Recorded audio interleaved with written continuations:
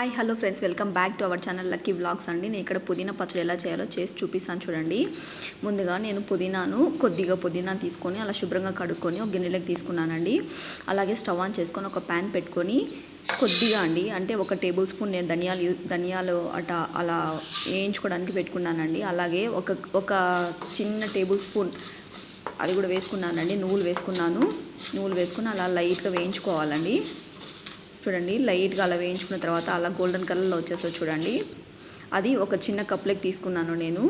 And next అదే ప్యాన్లో కొద్దిగా ఆయిల్ వేసుకొని నేను 5 మిరపకాయలు వేసుకున్నానండి. 5 లేక 6 మిరపకాయలు మీరైనా వేసుకోవచ్చు. నేను 6 మిరపకాయలు వేసుకున్నాను.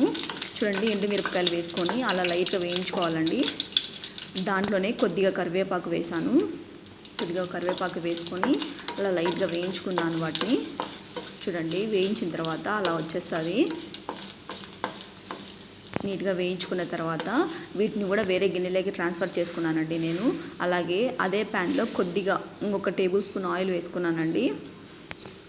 మనం ముందుగా శుభ్రంగా కడుక్కొని పెట్టుకున్న పుదీనా ఉంది కదండి, పుదీనాని దాంట్లో వేసి వేయించుకోవాలండి లైట్గా. చూడండి, అలా వేయించుకోవాలి.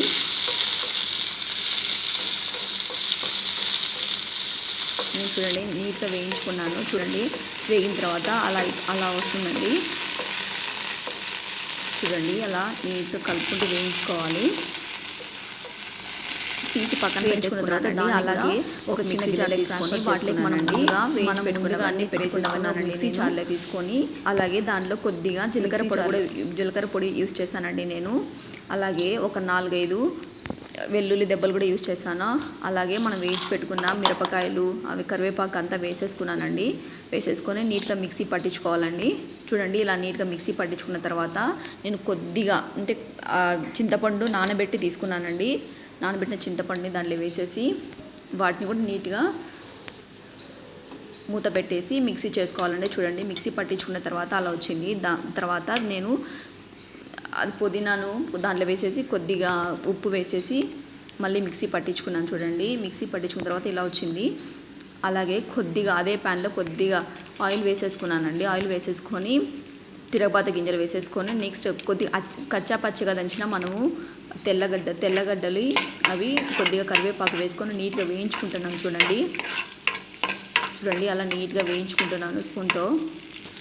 దాంట్లోనే ఒకటి ఎండుమిరపకాయ వేసానండి నేను.